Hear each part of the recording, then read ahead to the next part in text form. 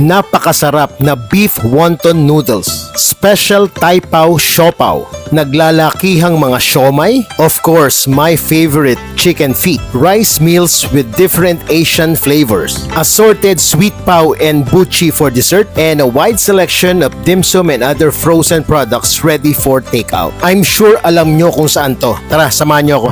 Boss Guapo Channel.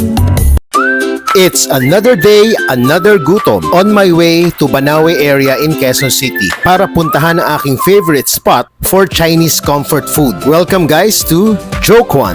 Hindi naman na bago sa inyo to guys. Matagal na tong restaurant na to At may konting kwento ako para sa inyo. Back in the 1950s, may isang pamilya na naging bahagi ng isang malaking Chinese business dito sa Pilipinas. Kilala ito sa mga mami, siopao at iba't ibang Chinese comfort food. Pagdating ng 1970s, mas naging involved sila sa pagpapatakbo ng negosyo. Pero nang naramdaman nila na may malaking pagbabagong paparating sa loob ng korporasyon, nag-decide yung isa sa mga anak na si Robert Kwan na bumuo ng sarili niyang brand. Kaya naman noong 1985, isinilang ang Chowking. Makalipas ang isang taon, yung nakababatang kapatid ni Robert na si Joseph Kwan, nagtayo rin ng sarili niyang restaurant.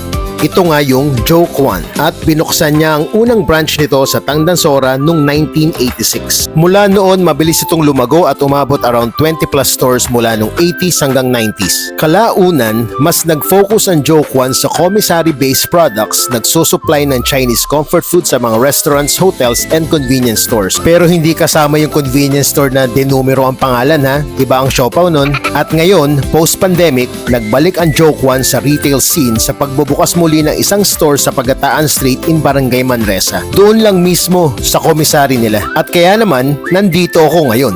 At sa ngayon, unti-unti nang nagiging aware ang mga tao na nagbalik na ang Jokwon. Kaya naman madalas na itong dinudumog ng mga customers dahil na-miss nila yung mga pagkain talagang original at authentic Chinese comfort food. At sa mga taong medyo may edad na, nagbibigay ito ng nostalgic feeling. Mga alaalang babalik sa iyong kaisipan. Kayo ba, anong memories nyo ng Jokwon? Naaalala nyo pa ba kung saang branch kayo kumain? Ako kasi dalawa. Yung isa sa may Timog. Tapos yung isa naman sa may malapit sa UST, sa may Dapitan. Pero anyway, teka lang, napagod ako doon sa kwento ko. At nandito na naman yung best part, ang kainan. Kaya naman simulan natin sa beef wonton mami. Mahaba and very al dente yung noodles. Yung lasa niya parang may timpla na rin At yung bowl ng mami hindi tinipid. Even yung wonton na kasama siksik sa karne. Sobrang lambot at linamnam nung beef brisket. And very comforting din yung sabaw.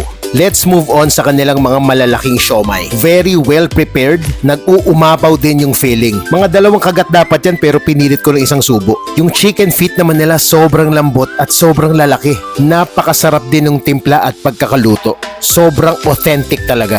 Ito naman yung bago sa kanilang menu. Korean style sweet spicy chicken with rice. Malalaki yung portions and perfectly blended yung sweet spicy na timpla nila. Ang sarap, pwedeng ilaban sa mga chicken ng Korean stores. At sobrang complimentary din yung kanilang cabbage slaw. Nababalanse niya yung spiciness ng chicken. Dito naman tayo sa desserts. Inuna ko yung sweet potato pao. Perfect yung pagkaka-steam ng buns. Very generous yung sweet potato filling and not too sweet yung timpla. Ganon din naman sa kanilang sweet pao with ube.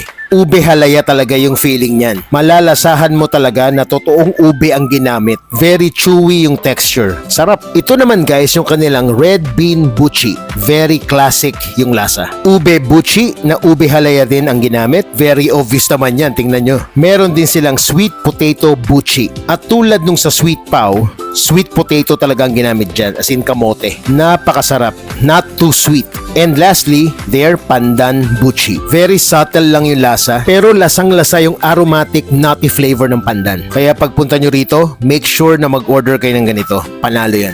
And they also offer bento boxes. Perfect kung magpapakain kayo ng per packs. Meron din nga pala silang house hot tea. Perfect yan, especially pag medyo naparami ka ng kain. Let's hear it from Kuya Angelo and the gang. Hi, welcome to Jokwon.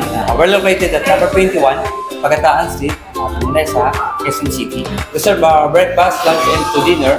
Our specialty is specially noodles, siopao, and other food products frozen.